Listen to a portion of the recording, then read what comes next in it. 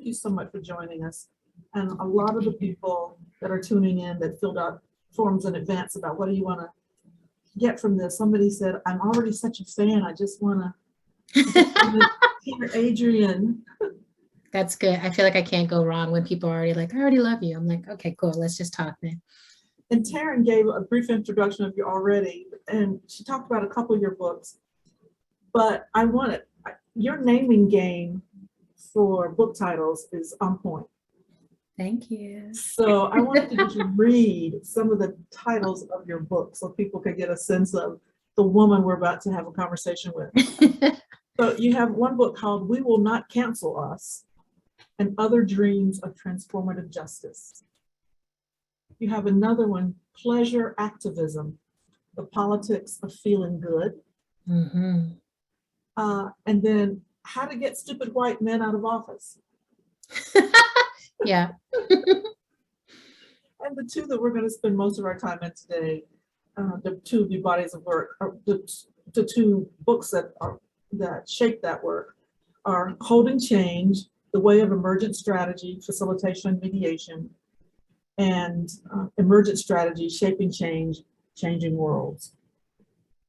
So we titled this The Right Relationship with Change. Yeah, I love that. And we did that because we hear so many platitudes from people that, oh, change is constant, change is everywhere. And sometimes I'm not sure people actually believe it. And Yeah. even if they intellectually buy into it, when time comes for change, their behavior says otherwise. That's right. So we want to talk about, okay, I think we've got the willing on this call, but there's still something that stops us. And I often think it's because people look at what we're all trying to do. They look at, okay, racial discrimination, institutionalized racism, educational systems in an upheaval, the criminal legal system in an upheaval. It is just too much to tackle. Yeah. And so this conversation is about how to help us get that right relationship with change where we're not afraid of it. Yeah. But we respect it. Yeah. Respect what it can do. We welcome it and we act. That's right. Right? So in kind of as I've read and looked at some of your work and kind of the arc, there are two areas I want to really focus on. The first is radical imagination, Mm-hmm. and emergent strategy. Great. So if you would just take a few minutes to to ground us all in just the major concepts of those two bodies of work, and then we'll dive in a little bit more. Beautiful. Well, at first, Karen, I want to say thank you for the Colorado Health Foundation for having me here. I'm really grateful to be here. I'm grateful to be talking to all of you about this stuff. I was telling you earlier, I never get tired of this, like it just feels like there's something that we can know, that there's something that we can know by watching the universe, by paying attention to the world around us. And we actually don't need an interpreter between us and that wisdom, right? It's available everywhere. And when you start to pay attention, and emergent strategy really at the heart is about that it's like, we are not separate from nature. We are of nature. And everything we have constructed is also of nature. Like we have built our structures the way ants build their anthills. We build the world that we think we need. And in a way, we have tried to disconnect ourselves from nature or dominate nature or act as if the rhythms of nature don't touch us, but actually they do. And one of the ways we try to do that as humans is by kind of creating a wall where change can't happen anymore. This is the rule. Supremacy is like that, right? This is the rule. White people are superior. Men are superior. Straight people are superior. Able bodies, those are superior. When you get that as a locked thing in your mind, it, first of all, is not true. So it's really confusing to experience in your body. I know that there's nobody who, just by how they were born, is superior to me. Like I can feel that from within. So then it's confusing to come into a world where you're treated as if, But then there's also a piece that doesn't allow for the dynamic changing conditions, right? That it's like, there might be some people who are in power at some times, and that always changes. Every single empire that has come into existence in this world of human time has fallen apart, right? Usually it's a top heavy, they get top heavy, and then they crash. And when we're inside of those cycles, it's actually wonderful to remember that we're constantly changing and everything is constantly changing. And I will say, behind me is a whole Octavia E. Butler, shrine memorial. And she's an important teacher. I always tell people, if you have to choose, if you're just going to read one thing, go read all of her work, and then if you have time, come back to mine, because really so much of what I'm writing is learning from her. She told us, all that you touch, you change. All that you change changes you. The only lasting truth is change.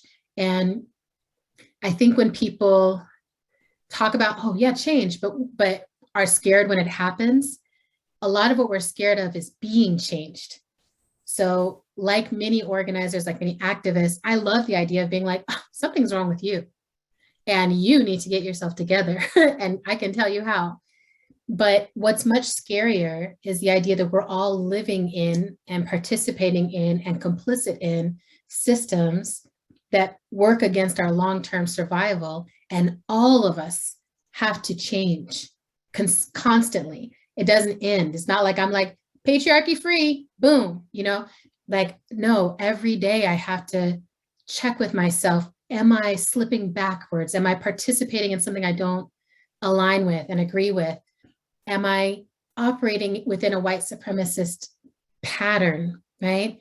If I think of it as all of these systems are hooked into me and woven through me, and I'm healing myself, that's the decolonization process. The changes that I need to make become clear. So that's emergent strategy, in a nutshell. And a lot of the teachers are mushrooms, ants, bees, right? How do we look at how natural systems outside of humanity have figured these problems out as teachers, as guides for us, because we're all part of this earth. And then the radical imagination piece comes in, because everything we're living inside of, all of these systems were imagined by someone, right? If they're not true, if supremacy is not true, if capitalism is not the only way that things can be, if colonization is what happens when men get lost in the 1400s, 1500s, and if we know that that's not true, then we have to recognize, like, someone imagined manifest destiny. Someone imagined an empire where the sun never sets. Someone imagined that whiteness was normal, right? So we're living inside of those ancient imaginations, but there were imaginations that predated that were collective, collaborative, cooperative, right? And all of us, even if our people became colonizers, all of us can go beyond, before that, back into lineages that were connected to land somewhere and that operated in different ways, right? So this period of history is very short. But what it means is, and I always uplift this, my friend Terry Marshall said, we're living in an imagination battle, right? Because we're up against people who are still trying to imagine within that supremacy context. And one of the most painful parts of that right now is this idea that we are supreme over the earth and over every other species, that we can make everyone else go extinct and it doesn't matter, that we can take endlessly from the earth and it doesn't matter. That impacts our health, right? The most dangerous thing we can do for our health is destroy the source of all our life, right? That's all happening because of ways we imagine. So we have to get in that battle, and we have to flex our muscle to see beyond what currently is and imagine new systems. What would it look like to be in a deep relationship with the planet if everyone had a responsibility for that? What would it look like to be in different relationship to justice, right? When we say defund the police, that's a radical imagination call, right? We don't know exactly what that's going to look like. We don't have every proposal laid out, but imagination produces a longing for experimentation, right? Once we have seen it here, and I always give the example, during the civil rights era, people were told Black people and white people cannot sit next to each other at a lunch counter. It's not possible. They can't get married. They can't be in a relationship. And then the direct action that the community chose to take was to just simply have Black people and white people sit next to each other at the counter. And then that was planted in the collective imagination. Oh, I've seen it. And then your imagination starts to flow from there, right? It's like what you told me could not happen has happened. And I think we need that kind of timing, that kind of visionary seed planting right now is what is it we need our folks to open themselves to open their minds to? And then how do we embody that? Radical imagination then helps us take radical action. So those are some kind of overviews. I was going to ask you, is vision a synonym for imagination? I think that they're different pieces, but I think they play with each other. So my friend and colleague Lolita and we put out a book called Octavia's Brood in 2015. Today is actually the book birthday. This is the day that the book came out in 2015. And she coined this phrase, visionary fiction, right? That how do we be visionary in terms of how we're thinking about it? I think imagination is this muscle that we can use to fuel vision. But I think people who don't necessarily see themselves as like having great imaginations or active imaginations can still opt into sharing a vision. And sometimes there's different roles people in the community play. So I'm someone who's very like vision oriented and my imagination runs wild. But I know people who are very like, I just tell me what's gonna be there and I'll help, if you give me the blueprint, I'll build the walls, and we need all those types. But what I think is important is that communities start to become visionary in a collective way. So if you're the leader and you have a vision, everyone in the organization can articulate the similar vision, that they feel deeply aligned and they can feed in and dance with you in that vision. So yeah, I think that they're not exactly the same, but they have a similar root system, right? It's the image of the future, the image of the world that could be. And the visionary fiction component, the way we talk about it is, how do we imagine a world in which our values are centered rather than a world in which domination and control and greed are centered, and then we just try to sprinkle our values on afterwards, Mm-hmm. Mm-hmm. I have just been a recent devotee of Octavia Butler, so I haven't absorbed all of her yet. Yeah. But I can tell you, Meg Wheatley changed my life. Yes. Almost 20 years ago with yes. The new leadership science, or Yeah. the science of new leadership. Leadership in the new science. Leadership in the new science that groundbreaking. changed my life because it gave voice to, or gave language to what I was already feeling, that That's right. everything is connected to everything. That's right. Relationships matter above all. And the only way to achieve transformation is through chaos and change. So the whole chaos theory, kind of just reset how I thought about leadership and what my role is in an organization and my role in the world. Wow. I love that. I feel similarly when I was introduced to her ideas, like just complex sciences in general blew my mind. This idea that there's so much more mysterious and unexplainable and chaotic truth, to what we understand. Even the presence of dark matter has been blowing my mind lately, that it's like, we just didn't even understand that the majority of existence is dark matter. Like throughout the entire universe, it's dark matter. And we didn't even know that, there's these things that keep, I love that science is an unfolding study, an unfolding scholarship. And it's not something that's like, this is the fixed truth. It's more like, this is what we understand so far. And these are the questions that we're in. And dancing with that knowledge is like, oh, we can shape that too. We can shape that too. Someone just commented, a darkness isn't evil, it's only our idea of it. Absolutely. This is, I'm like, if the whole universe is made of darkness and blackness, then maybe it's the most beautiful, fertile, womb-like, wonderful place. We all come into the world through the realm of darkness. All of us do. I'm typing in because somebody asked for the names of the people we were just talking about, so I just did that. Oh, yes. So how did you get into looking for patterns in nature as a way to think about change? Well, I think, like probably many people, especially those who have a sort of poetic bent, um, I find the natural world irresistible. Like I can't look away. I'm always into it. I'm just like, what are those geese doing? What's happening over there? But through reading Octavia's work, she was really tuned in to certain natural things. There's one of her books called Wild Seed, which I love, which is about this healer named Anyanwu who can shape shift into different animals, different creatures.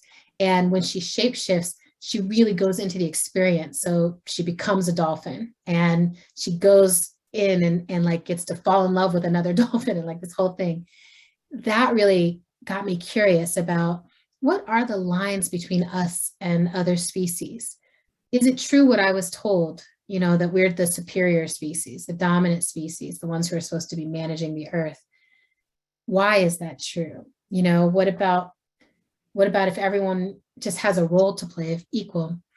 And then reading Meg Wheatley's work and Janet Benyus and looking at biomimicry, looking at permaculture, learning from a lot of indigenous communities that I was working with as an organizer, and just seeing how in an indigenous worldview, and most of the indigenous worldviews that I was introduced to, there's not a separation in the same way that I grew up feeling. It's like there's wild nature, which is dangerous, and then there's my life, which is orderly and human and safe. I'm like, it's not safe to be a human, and it's not dangerous in the woods, So that shift started happening for me. And then in 2012, I went on this sabbatical, and I'd been organizing then for, like 20 years or something.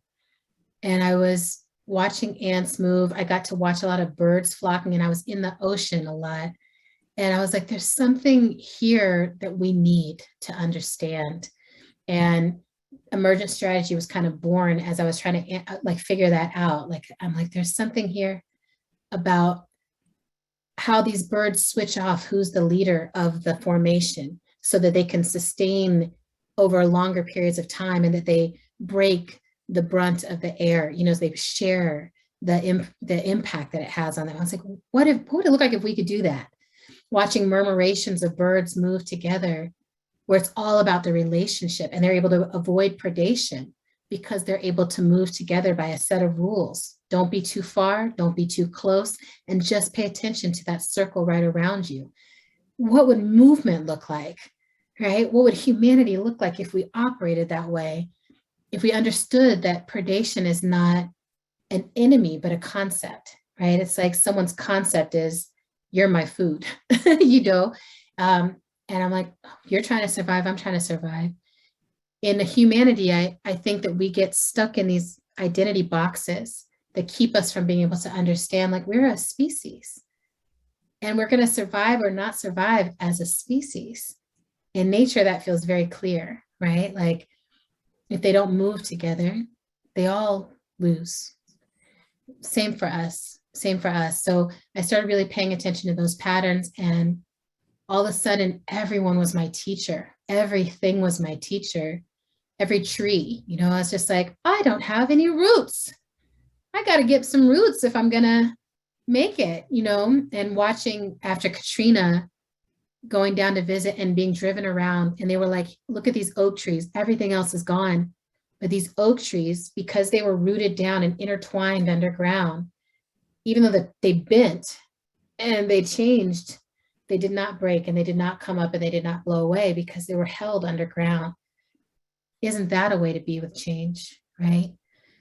So now I have a tortoise, an African sulcata tortoise, and they're teaching me every day to slow down. They're teaching me that I have what I need with me. They're teaching me to stay curious and just keep moving towards what's green. So, and I love this idea that right now the decisions we're making will shape whatever our future is. And the thing that is unique about us, as far as we can tell amongst the other species, is that with this power of reasoning, we can make decisions that will have impact on everything else that lives. That's such a huge responsibility. And we're currently squandering it and making a lot of mistakes and causing a lot of harm. So I'm really curious about how to be an accountable species, and I think we're learning how to be accountable to each other, in part because we need to figure out how can we be accountable to this planet and to the other species that also want to exist and evolve here. In a former career, I was in leadership development, and I had a client that was starting a new business, and they weren't even Fortune 1000 at the time. Okay. Now they're Fortune 10. And I had a chance to go to his home. And when I got there, his wife, line up in the hallway, there were like 10 huge mail burlap bags just full of mail. And so when I got to meet with them, I said, what's up with all the mail? And he said, well, I just know that any lessons I need to run and grow my business already exist in nature or in science. And this was before the internet, so everything was in print. So he had a subscription to every imaginable scientific journal, National Geographic, Arachnids Are Us, everything. And he actually built it. Distribution was his core competency. He actually built his organizational design based on how a spider builds their web. And because it's in cells and you can swipe it, and you may knock over a few cells, but the other cells remain intact. So he built this whole Fortune 10 company based on the lesson he learned from watching how spiders build their nests or build their nests.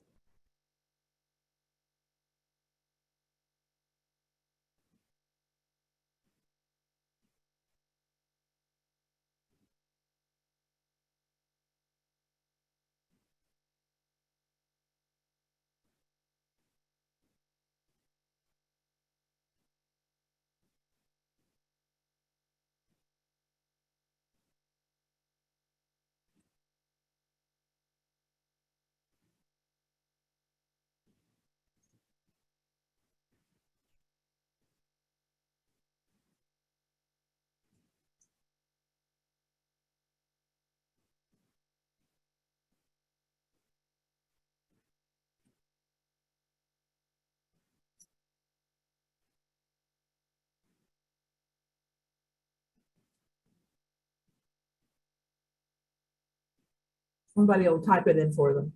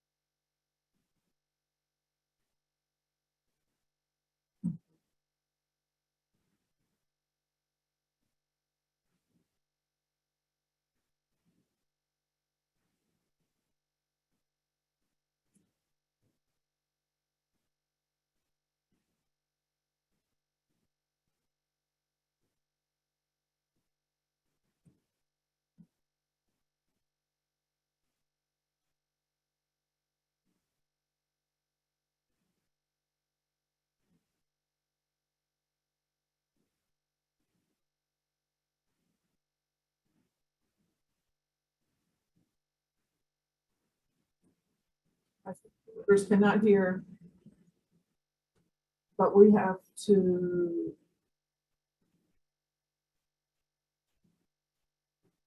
I think that has to probably get fixed, Adrian, somehow behind the scenes from us. Parece que de algún. Oh, Hi. hi. There we go. Hi, everyone. This is Jasmine, the interpreter. Apologize for the issues. I think that we have Adrian assigned as an interpreter as well. We can edit this on the host end. You just have to click interpretation, and then you'll be able to see the interpreters assigned. If you see Adrian on there, you can just click X next to her name. That way she can be removed as that. Thank you. Okay. Adrian, I How want about to. now? How's it going, everybody? I can hear you now, but I'm not assigned as interpreter. So let me see if, let's just get this straightened out. Thank you so much, y'all. Apologies. No problem. No problem. So I want to talk a little bit about some of the elements of emergent strategy, because I think this group really needs to hear some of that. And one of the ones I think really is important is is it fractals or fractals? Fractals. Fractals, which I interpret as, you can create macro change through micro interactions. So Yeah. talk a little bit more about that, because again, when I think people look at something, they think this is just so big, how can we ever That's great. attack this? There is a way. So one of the most beautiful aspects of the design of our universe is that almost everything exists in patterns. And there's patterns that repeat from the smallest scale to the largest scale. So some of these that we'll see are the spiral formation, right? Which most of us, if you look at your fingertip, you'll see a little spiral of your fingertip. If you watch the way waves move from the side, there's this spiraling in and coming out. Really, it's a spiral system of how our energy moves through our bodies. And then if you look at our whole galaxy, we're in a massive spiral galaxy, which there are many, many, many of, moving in relationship to each other. If you look at ferns, the smallest little piece of the fern looks like the shape of the whole fern. Same with broccoli, same with fiddleheads. Throughout nature, if you start looking for this, you'll see it everywhere. And the way that I am working with that right now is if small patterns reflect large and vice versa, then if we're in a really large pattern that feels really overwhelming, it might be too much to try to change it at the large scale, which is what we often try to do, right? We're like, let's elect a different president and then everything's going to change. It's like, that's not how change works, right? We experience that. I just was listening to Obama's book, The Promised Land, about his period in office and how much it was like, you could just feel him being like, I wanted some different things, but because we hadn't built up any fractal structure of change underneath that, he just came in and everything else was the same and he wasn't able to do much that he wanted to do. So I'm like, what are the small scale practices we can be in? What is the smallest? I always ask myself that. That's what we want to change. What's the smallest scale at which we can begin to practice that thing so that we build up a new pattern and a new possibility for ourselves as a species? So one of the areas where this is the most clear is when it comes to justice, right? They were like, abolish the police or defund the police, or at least we see that there's a problem with the way policing happens, especially as it relates to mental health in our communities. We're like, so many people who need therapy and support and help and to be held and to be safe and a home and a safe space to just be, instead get caught up by the police and end up in these violent situations. They're killed, they're locked up. We know that this is not working. And we're 250 years into a really well-funded experiment of policing rooted in slavery that's not working. It's so big. How could we change it? And whenever we say, to people who are like, I don't know what to do, defund the police, a lot of what people say is, well, what about the worst people? What about the molesters and the rapists and the folks who will not, they just cause harm no matter what they do? That's a great question. At the smallest scale, how do we begin to answer that question? And so one of the things I do is in your own relationship with yourself, are you an abolitionist? Do you punish yourself every time you do anything, right? Are you in your mind punishing yourself? Are you in your mind calling yourself crazy, disposing of yourself? Or are you in your mind saying, I can have compassion. I really can see myself as someone who is able to make mistakes and learn from them. I am apologizing to myself for whatever I've done, right? Starting right there. And then in my immediate relationships with the people around me, when something happens between us and it breaks down, do I go all the way to, I'm punishing you, I'm getting rid of you, I blocked you, I'm ghosting you? Or is it, here's my friend Prentice Hemphill has this quote, boundaries are the distance at which I can love you and myself simultaneously, which I think is a clue, right? It's like a fractal clue. It's like, that works. How can I show that in my relationships with other people? And then in our organizations, what does it look like in our organizations to have a different practice of justice that's not punitive, which doesn't mean there's not consequences, right? Consequences in relationship to behavior, like if someone has been sexually harassing someone, there need to be consequences for that so that that person knows not to do that anymore, that that behavior is no longer allowed. But that doesn't have to be punishment, which is public shaming and humiliation and that making it so that person can never recover, that they can't learn from the mistake and move forward. And boundaries also don't necessarily mean disposing of people, right? So setting a boundary that you can't necessarily have access to me and my life and my time, but you're not trash, right? There's going to be other places and communities that can embrace you. So that's one way of understanding fractals and seeing what it looks like in practice. And there's so many things like this. I always tell people, and I practice this myself, when I start to feel so overwhelmed, I'm like, okay, what is the small practice that I can do right now today? And I can start to build my muscle in that practice so that something else becomes possible. And that if we're all doing that, right, we're literally planting 1 million seeds for something new to become possible amongst our species. And I love how you frame that and how you talk about how you are at the smaller scale, yes, how you are at the bigger scale. Yes. And it's so not, people are always like, it's one or the, it's like, you have to do this first. You always hear that quote, you gotta love yourself first before you love anyone else. I think it's concurrent, right? So I think it's like, we need to be practicing at the small scale, even as we're calling things out at the large scale, because as we call things out, more people start to open their eyes to, oh, wait a second, this isn't right. So even if they're not at practice level yet, even when you plant that seed of doubt, like the world I was told works this way actually doesn't, even that seed of doubt, someone can water that seed themselves and make their way to practice, right? So that's the way we're always taking care of those who still need to come along, even as we're moving forward. Thank you. And one of the other things I really want this audience to hear is the notion of, that change, it's not as if one day you're on and the next day you're off, or vice versa. It's that it's intentional and deliberate adaptation. That's right. And so it's ongoing. So I want you to talk about that, the intentional adaptation. One of my favorite quotes, teachings on this, Morihei Ueshiba, who founded Aikido as a practice, talked about this, that it's not like he never fell off center, right? It's that he developed such mastery that you could no longer tell that he had fallen off center because he was able to recover so quickly. And I think that it's like you have to really set an intention of developing a deep center to get to that place. And I tell people this all the time.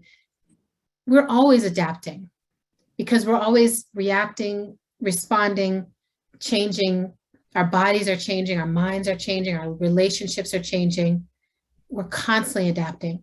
And what I think we've gotten caught up in as a nation, particularly in this past 10 years or so, is a hyper-reactivity. So we react to things without intention necessarily. We're just like, I'm mad. I'm pissed. That I don't get to agree with these people. And we had a hyper-reactive president in office with a hyper-reactive embodied resistance to change, right? Those are folks who are like, we don't like Black leadership. We don't feel comfortable with this equality. We're not ready for white people to be a minority in this country. We're terrified. We're terrified of all this change. And so that's embodied. And it's a hyperreactivity that comes from a triggered space. Will we be safe? Will we be okay? Oh, I see this reactivity. And I see it throughout our movements, right? Toni Morrison taught us that racism is a distraction. I see us getting distracted all the time, right? Every single time someone does something racist, they're doing something racist. I'm like, of course they're doing something racist. We're steeped in racism. We live in a racist society. We're all swimming in racism. Rather than being perpetually surprised by it, what is the adaptation we need to make around it? Every time we see it, if we stopped being surprised because we know it's there, then something else becomes possible. Oh, there it is. What's the consequence? How do we bring it in? How do we redirect that energy? You need an intention in order to get there. If our intention is to be an anti-racist society, a post-racism society, right? Not post-racial. We have these differences. The biodivergence is there amongst our culture, right? It's beautiful, but post-racist, right? How do we get there? So I think when we don't have that intention, it's very easy to have no control at all over our lives and then no agency. When people tell me they feel powerless, I'm like, yeah, totally. Because you're not mindfully guiding your own steps and you haven't developed that discernment, but it is possible to develop it. And there's a lot of ways. I highly recommend having an embodiment practice and having a meditation or mindfulness practice as ways to move and grow this capacity. Because when I sit and meditate and I become aware, oh, I'm in a reaction. What am I reacting to? What is the emotion of it? What do I need? And how do I get back in line with my belief system? And this is even like if you have a partner, you know, for those of us who have partners through the pandemic, it's been a wild ride, right? You're like, I'm literally with you all the time. And so there's lots of opportunities to practice because so much can happen where you're just like, I'm reacting to the fact that the two of us are in these four walls for 2 years straight. Right. That is going to cause reaction. No matter how much you like the person, love the person, you're going to have some things to react to. And in that moment, can I be like, I love you. I love you even with all these conditions. And my intention is to love you. Am I being loving inside of how I'm responding to you? Do we need an adaptation? Like maybe we just say, we need an hour alone. You go to your part of the house and I'll go to mine. Just adapt so we can have some time alone, even if we can't go anywhere. And then when my partner and I made, like, this is a literal thing we had to figure out. You know, it took us like 9 months of the pandemic to realize, like, if we're like this all the time, I don't have any room to even adapt, you know? So I want to offer that because, again, you can practice at a small scale and really just check in with yourself. If you have a meditation practice, you may have done what Pema Chodron teaches us, which is sit and be like thinking. Anytime you notice that your brain is taken off, just be like, oh, thinking, and don't attach to the thought, but just notice your thinking and see if you can return your attention to the breath. I do that now where I'll be like, oh, reacting. Can I center back? Am I in danger? Is this true? Is there something I need to attend to? Is there an adaptation I need to make so that I can shift from reacting to adapting? So in another field, we call that this very same thing of being intentionally adapting and mindful of your reactions is emotional intelligence. Yes. Emotional intelligence is simply the pause button. Yes. You train yourself to push between the reaction and your response. That's right. That's right. Because it's also, Karen, so much of this is related to how we orient towards time, right? We live in a society where the orientation is urgent, nonstop, 24-hour news cycle. Everything is, I mean, the pace is just outlandish and inhumane. It's actually not, we're not suited for it. So there is something about repacing your own life that really allows more spaciousness for emotional intelligence. What is happening in this moment? Am I even present in this moment? What do I need? What else is needed? And I'm constantly telling people, like, can you unplug from that urgency culture in order to get back into an earth pace, a human pace? We're going to run out of time, but I got two other areas I wanted to. You know, one of the elements of emergent strategy is resilience. That's a word we hear a lot. Yes. Now, and part of that that element is what you call liberated relationships, I think. Yes. Describe what that looks like and how that's related to change. That's great. Well, I really was thinking about this a lot. Like, how do we have relationships that are places where we can practice all of this stuff? And there's aspects of liberated relationships, and I feel like I'm still learning about them, but some things that feel clear to me so far. One is that you're not projecting or building or creating, the other person. You're both fully formed in your differences. And the goal is to be in a relationship where you both get to be free.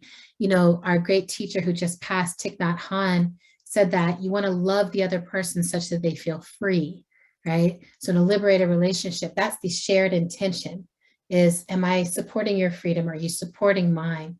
In spite of everything we've been told about how to cage each other, can we support it instead? And the same thing at a community and organizational level. What does it look like to support each other, to feel free, to be excellent, to be wonderful? Another piece of it is honesty. So for many of us, we've been trained in very polite ways to be dishonest, right?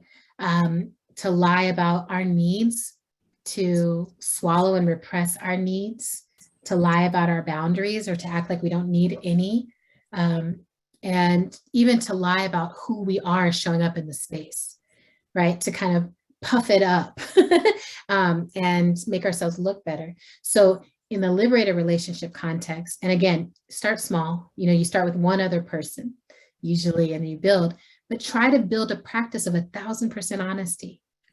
What does it look like if I just am honest? If I say, that hurt my feelings, right? And I don't dance around it like, I know you didn't mean anything by it. It's not a big deal at all. I mean, no worries at all, but blah, blah, blah. I'm like, usually when people are saying that, they're like, I have an open wound over here. I need to be attended to and cared for. I'm like, and this is a particular training, especially for women over the last couple of centuries. This has been the training for us, is like, shrink that need. Take care of everyone else and you don't have a need. That's a lie. That's a living lie. So that authenticity is hard. And I always give the example with my friends of how I learned to do this, where I was like, I'm trying to get in a different relationship with my health, and I keep eating ice cream every night. And the 1,000% honesty practice meant that not just waiting for someone to come ask me if I ate ice cream and then confessing, but going out of my way to say, I just ate ice cream and I need help processing that, because it's literally like dropping a dairy bomb into my lactose intolerant, hyperinflamed body. And I'm going to suffer for days now. Why did I do this? I need help. It's so honest. It's so vulnerable to reach out in that way of like, there's something going on. I'm making choices that seem self-sabotaging. But aren't we in a society that is self-sabotaging, right? So we need to understand why we each do that, so that we can begin to understand why we all do that. Do you think a liberated relationship looks or feels different for a person of color? I do. I mean, I think in this moment, it deeply does, because, the scale of liberation, the experience of liberation is wildly different depending on how you're coming into this world. Although I'll say what the liberation looks like is also a little different, right? So for a lot of people of color, it's just learning to speak up in real time, and just be able to be human, right? Outside of the monolithic projections. Oh, you're Black, so you're speaking up, you must be angry. No, I'm annoyed. I'll let you know when I'm angry, you know, but I'm just a human being who's having an experience. Whereas I feel like for white folks, because there has been such a assumption of power that has been trained in, it can be really hard for white folks also to be honest about not knowing, to be honest in like authentically taking in feedback and being able to not get super defensive, but just hear it and listen. So I do think it looks different depending on the privilege or oppression that you've experienced, but the fundamentals are very similar, right? The fundamentals are, I am not a monolithic construct. I am a human that is complex, and you don't know anything about me based on looking at me. You have to actually get in the relationship with me to know me. And communities that do that are able to celebrate their biodiversity, and they're able to begin to thrive. Communities that don't do that stay stuck in the divided construct world where they can't really hear each other. They're hearing the projections, they're hearing the trauma, they're hearing the wounds. And we need to be able to hold the wounds, but recognize those are systemic wounds that all of us need to heal from, rather than divisive wounds where it's like, y'all are the wound. You know, it's like, I'm not a wound, I'm a miracle. You know, and it's a graceful thing to get to be in each other's presence when we recognize, oh, we're all miracles. We're all miracles. We've been lost a little bit, but yeah. There's another piece of the resilience that I don't know that I have your words right, but here's how I interpreted it. Okay.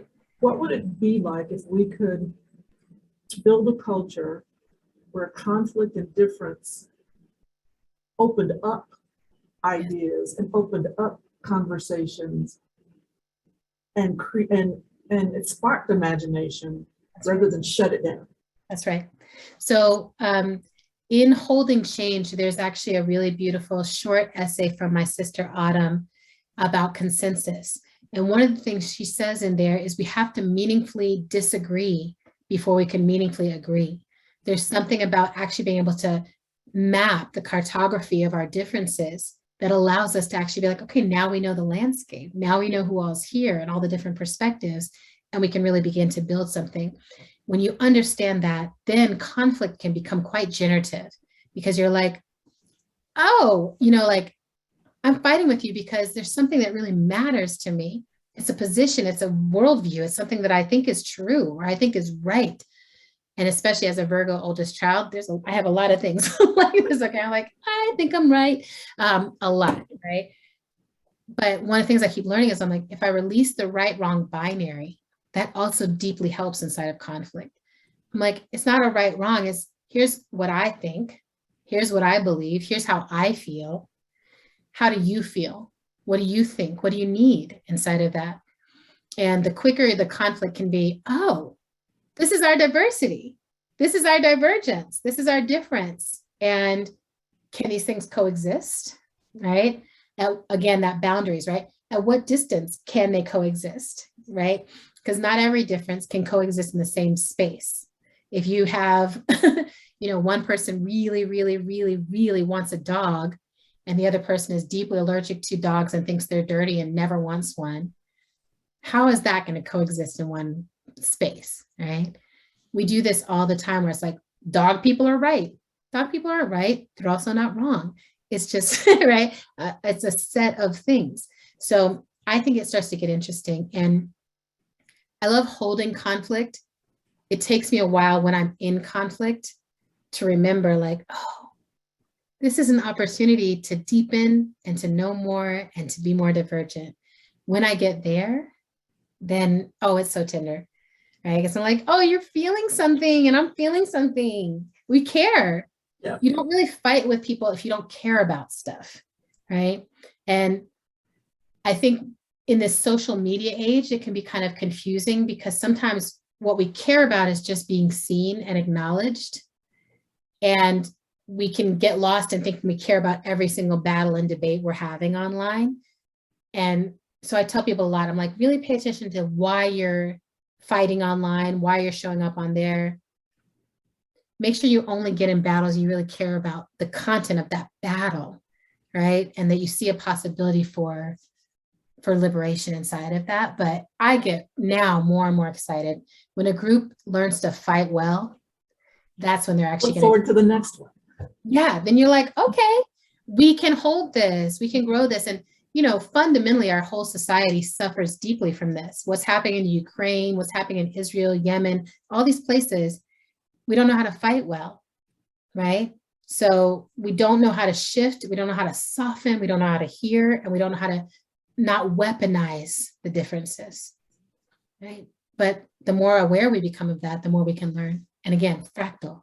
How do you and I have a difference? Great. That makes it possible for the species. That makes it more possible for more of the species to have difference.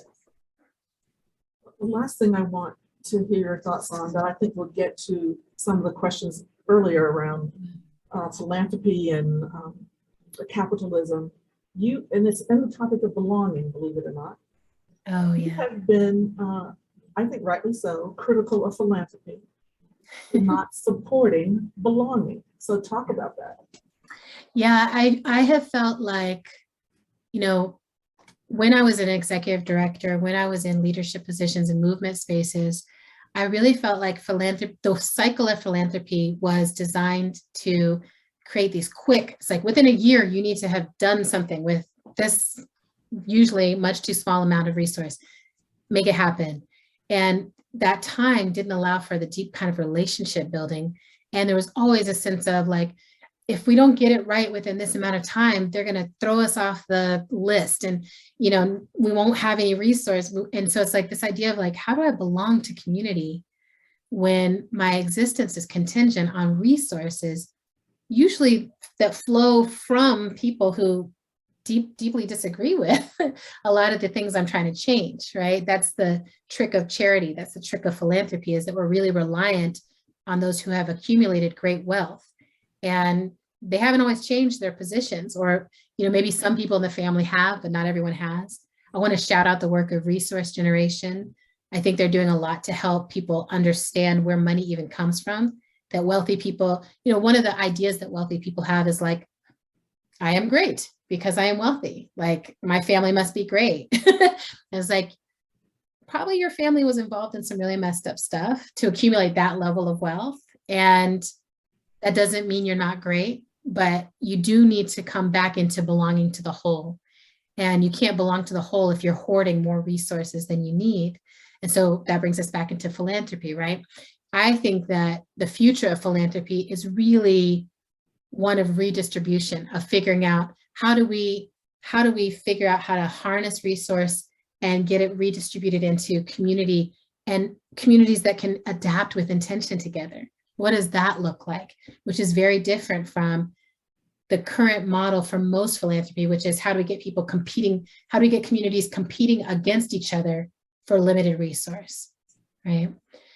It's the majority of the resources of the entire world are generated by the labor of poor people, of people of color, and from the land that belongs to all of us. So there's no realm in which some people should have accumulated the majority of that resource.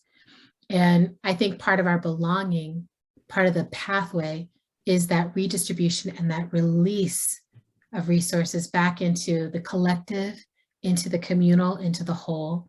And I'm excited about that. I think that capitalism is like a violence against belonging. And I'm excited for moving beyond capitalism into systems where belonging is a given. And we all know that no matter what, even on a bad day, even with an injury, even with a pre-existing condition, even if we go through a conflict, we know that our basic needs are going to be met. And we know that whatever we have to offer to the world, someone wants that. I want that world. That's the future I'm really interested in. Yeah. I'm going to say a few kind of closing comments, and Adrienne, you're going to bless us with a poem on the way out. Yes. To everyone on this call, and looking at the list, there's just a lot of folks and organizations I know around Colorado that are just really interested in this work, but stumped about how to move forward with justice, with dismantling historic structures. And so just please remember, macro change can happen from micro interactions. look for that, what can you imagine? What have we've been told can happen that we can imagine differently? And let's do that. And I didn't get the chance to talk to you about, being able to see the wholeness in a broken system and the resilience we need Colorado to be in relationship to one another, to create belonging, to create mutual love and respect, to just repopulate the state with these radical relationships. That's right.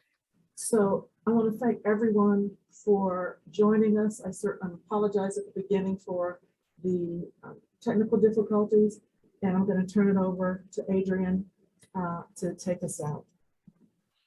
Thank you so much, Karen. This was a really delightful conversation to be in with you. I hope it was of use and of service. Absolutely. And the poem I'm going to share with you today is actually a spell. It's called the Radical Gratitude Spell.